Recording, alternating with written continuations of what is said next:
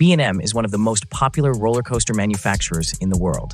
Their coasters are always crowd pleasers with great capacity and reliability. I just recently rode my 10th B&M coaster, which means I can now finally make this top 10 video. So let's get into it. Firebird was the company's first coaster, and it shows.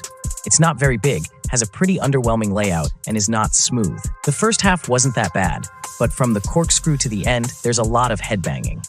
Overall, there's nothing that stands out with Firebird, but it's not that bad for being B&M's first coaster.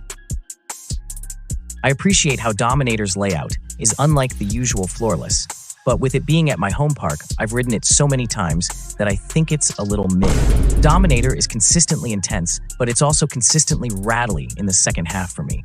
I definitely recommend riding the front, but the back is also great for the pop off the mid-course. Hollywood Dream is one of the weaker hypers, but even when the airtime isn't the strongest, it's still a butter-smooth coaster. I like how you can pick a song to listen to while riding, and the backdrop is a cool gimmick, though I never got to do it. The helix at the end also pulls some good Gs. Acrobat is a clone of Manta at SeaWorld Orlando. It's overrated in my opinion, but the pretzel loop and inline twists are fun. The one thing bringing it down for me are the restraints. They're restrictive and uncomfortable, especially when you're getting pushed into them on your stomach. But other than that, Acrobat is a great ride. Great Bear is a lot of fun. It doesn't have a lot of elements, but all of the ones it does have hit. The Zero G roll specifically is so whippy. This coaster's supports also fascinate me. I mean, just look at this. Like, what am I looking at? Great Bear also has the loudest roar of any coaster on this list. This might be the most beautiful coaster I've ever been on. Wildfire isn't that intense compared to the other loopers on this list, but it's incredibly smooth and re-rideable. And the views are stunning. It's definitely underrated, and my favorite parts are the first drop and corkscrew. Again, the setting with Apollo's Chariot is insane, and it may be a weak hypercoaster, but the speed and those clamshell restraints just make this ride so good. It's a long, floaty, and fast layout that's always exciting. I'd recommend the front row. Be controversial having Griffin this high, but hear me out.